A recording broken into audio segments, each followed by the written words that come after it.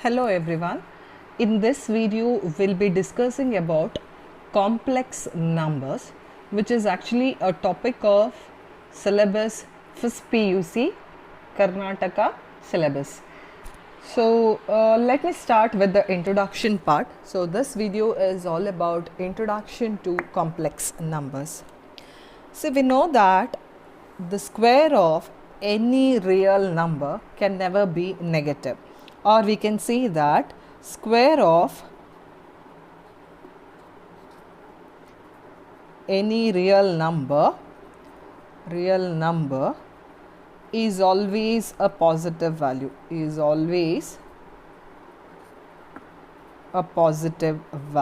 Let me take an example.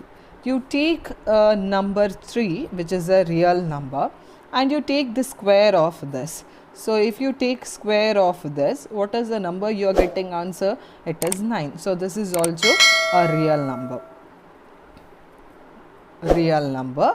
and its positive value. Now you take a negative number, the same number you take with the negative sign, that is minus 3. So minus 3 is also a real number, and if you square it, minus 3 square if you take, and you know the value is 9. So this is also a real number and it is positive. Okay, so whenever we make square of any positive number, real number, we get a value as positive real number. And also when we square a negative real number, we'll also get positive value, which is a real number. So a square of any real number can never be negative value, or you can say that the square of any real number is always a positive value. So keeping this statement in mind, now if suppose I write a equation which is given by x square plus 1 is equal to 0, and if I want to find out the square root of x or the solution of x, then let me try this. See, if I write x square is equal to, this goes to the other side, so this is minus 1. Now if I want the value of x, that is nothing but x is equal to square root of minus 1. So from this itself we can make out, we said square of any real number is always a positive value, whereas here we get square of x square of x is negative here. So which is not true according to the statement which we have defined earlier. So there is a necessity of a quantity which tells you about square root of negative number. So in order to solve this expression, we need a quantity which is nothing but square root of negative number. So this equation, which equation? So this equation becomes solvable. This equation in the sense similar equation. Now if I suppose take x square plus 9, this is also similar to this, because when I solve this, I'll be getting x is equal to square root of minus 9. So this is square root of a negative number.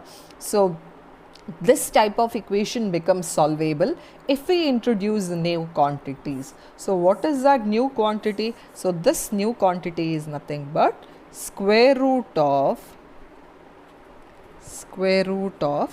negative numbers.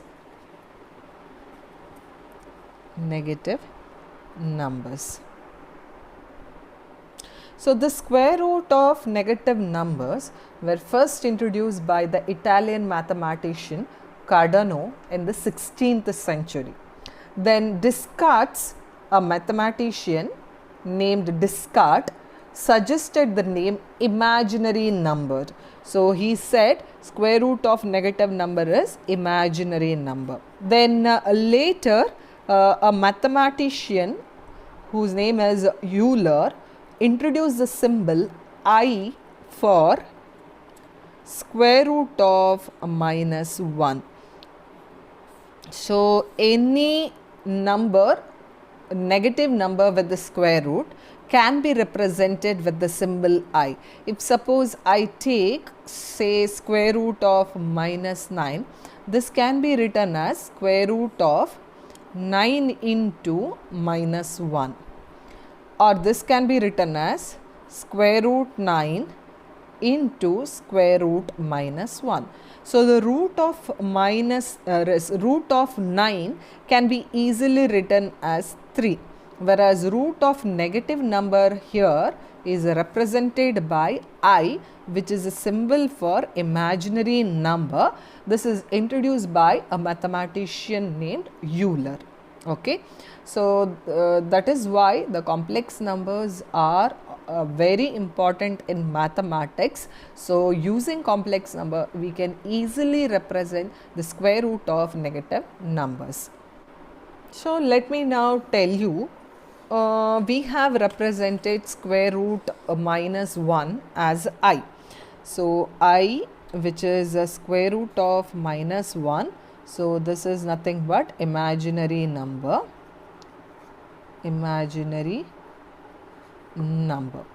Now, what is complex number? So, let us see the definition of complex number. So, complex number is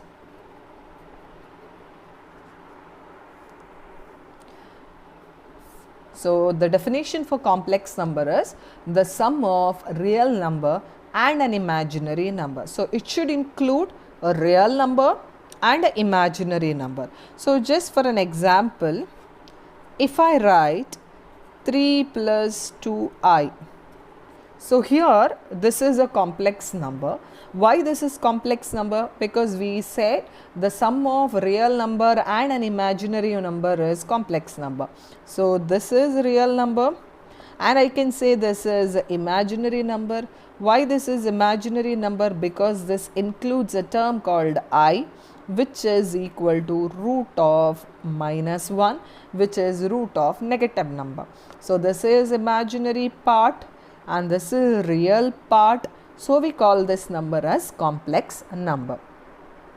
So, this term was introduced by a mathematician named Gauss. Okay, so this is the definition. Now, let us see a few examples.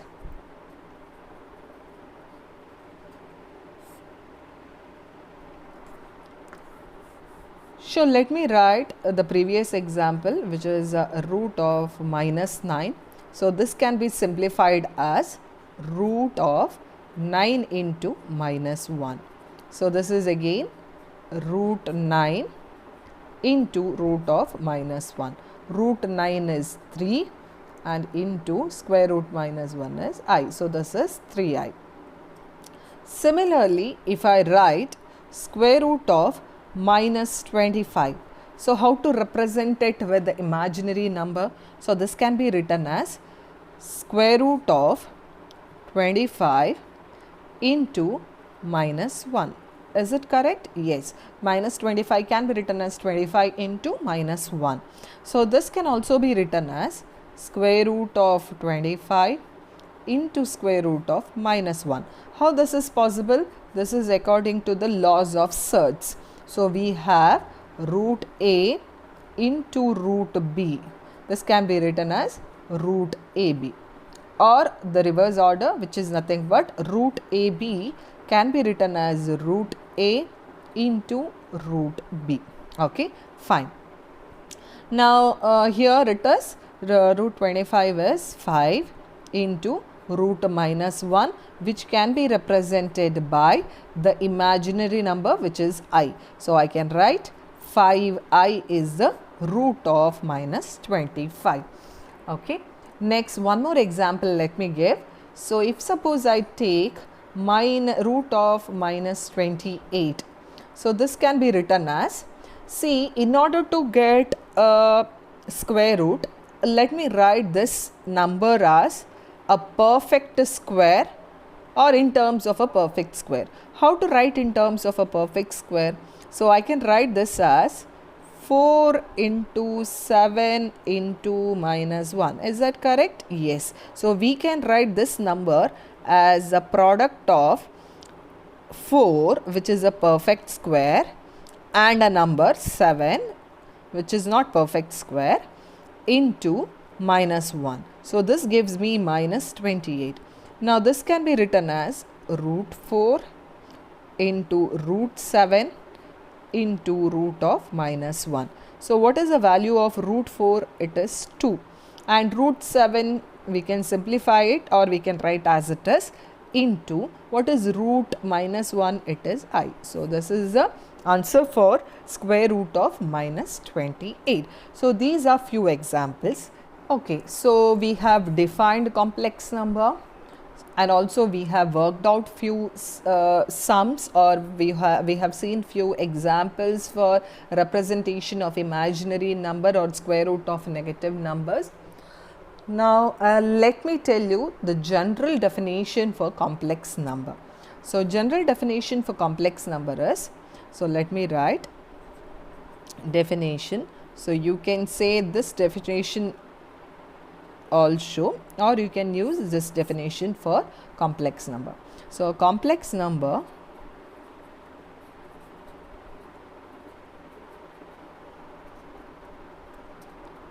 is defined as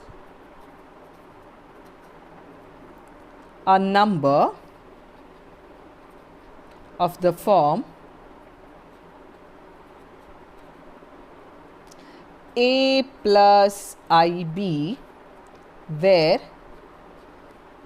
I is root of minus 1, a and b are real numbers. As I said earlier, so in this example we have seen, so the one simple example for complex number is 3 plus 2i, where 3 and 2 are real numbers and I is square root of minus 1. So this is in the same format, a plus ib, or according to the first definition which we have seen, it's a sum of real number and imaginary number. So here this part is imaginary number, this is real number. Why this is imaginary number? Because a real number along with the imaginary representation is given. So this is the imaginary number. So altogether, or this forms a complex number. Now the real number a is called the real part of the complex number, and this is called the imaginary part of the complex number. Now the set of all complex number is denoted by, if you represent the set of all complex number, the set of all complex numbers is denoted by C, and thus we can say C is a set and complex number can be given by a plus ib, where both a and b are real numbers. So this is a representation for complex number, or we can say this is a general format for complex number definition. So every real number can be represented as complex number, isn't it? Suppose if I take a real number, say 5, this is a real number. Now can we represent this as complex number? Yes, we can represent it. How? I can write 5 plus I0. Since the imaginary part has a 0 value in it, so this becomes a 0, that is I into 0, this becomes a 0. So we have only 5. So this is a representation for the real number 5. So we can say that every real number can be represented as a complex number. Every real number can be represented as complex number.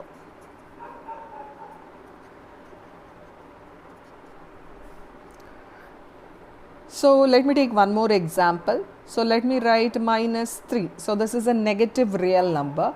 Let me express this as complex number. So how? So it is minus 3 plus I0, because imaginary part is not there, so we have only real number or real part. So this is the representation, I into 0.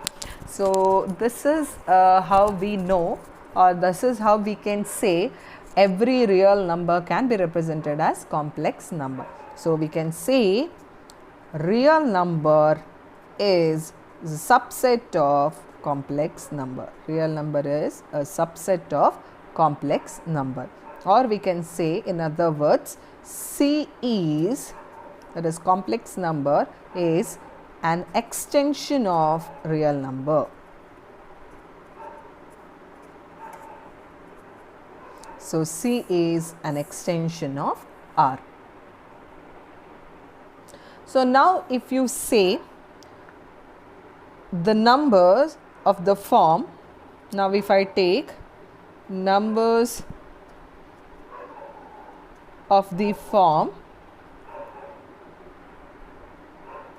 IB, where B is a real number, these are called as purely imaginary numbers. Purely imaginary numbers. Why purely imaginary numbers? Because they don't have real part. Purely imaginary numbers. So example, if I write minus 2i, so here there is no real part, it has only imaginary part, so this is a purely imaginary number. So if I say just I, this is anyways imaginary representation. If suppose I say minus 7i, this is an imaginary number, purely imaginary number. If I say plus 5i, this is purely imaginary number.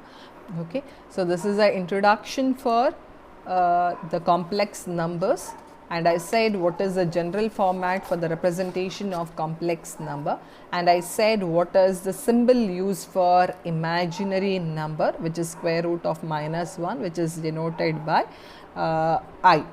Now let us find out the powers of I, in the sense, if suppose I take I is equal to root of minus 1, then what is I square? I square is square root of minus 1 whole square.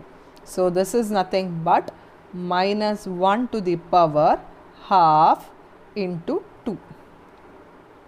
Okay, half is for square root and this 2 is for square. So what happens? It gives me minus 1 to the power 1, and which is nothing but minus 1.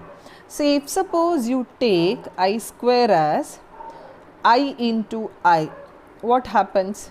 So this gives us square root of minus 1 into square root of minus 1, and you cannot multiply this using this format because this is not allowed.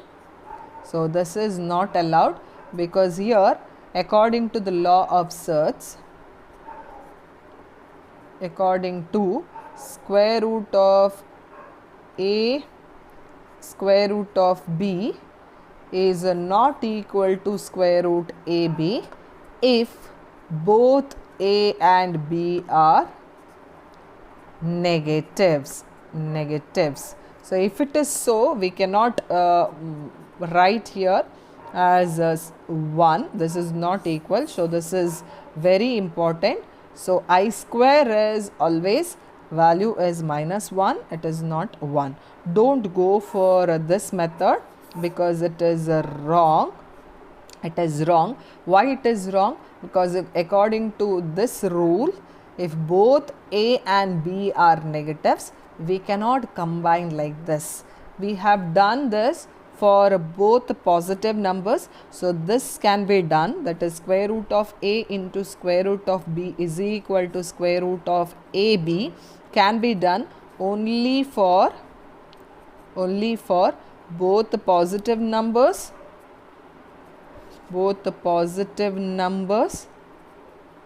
or one positive, one negative, one positive, one negative. Okay, if both are negative numbers, we cannot use this law of surds. Okay, so this is for I square. If it is I cube, how to write? So I cube is let me take I square into I. I square value is known to us. What is I square value? I square value is minus 1. So let me write it as minus 1 into I. So this gives me minus I. Now if I take I to the power 4, then it is I square into I square I can write. So I square value is minus 1 into minus 1. So which is nothing but plus 1. Now if suppose I take I to the power 5, then I can write it as I to the power 4 plus 1. Can I write? Yes. So I to the power 4 into I it is. I to the power 4 is 1 and into I, so which is nothing but I. Similarly, if you write I to the power 6, this also can be represented similar to this. So I to the power 4 plus 2, which is nothing but I to the power 4 into I square, which is again I to the power 4 we have derived, it is 1 into I square is minus 1, which is minus 1. So we can generalize this as I to the power 4n, where I to the power 4n is equal to 1, where n is any positive integer. So where n is any positive integer. So I to the power 4n is equal to 1, where n is any positive integer. So this can be remembered, and it is very important also. Using this result, we can also find any power to I. That is, if suppose we have I to the power 243, I to the power 243. So how to calculate this? I can represent it as I to the power 4n plus something. So 4n. So I can write it as 4 into 60, which is nothing but 240, and plus 3. Or you can, if suppose you don't know how to represent this, you divide 243 with the 4. So 4 6 times 0, remainder is 3. So 4 into 60 is 240, plus 3 gives you 243. So now this is in the format I to the power 4n plus 3. So I can write I to the power 4 into 60 into I cube.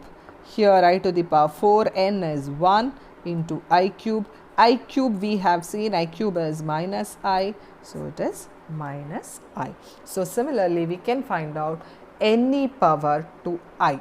So I to the power any value we can find using this concept. So this is the introduction part. So let me continue with the let us see the remaining part of complex number in the upcoming videos. For more videos, please subscribe to my channel and do share and comment, like the videos. Thank you. That's it for today.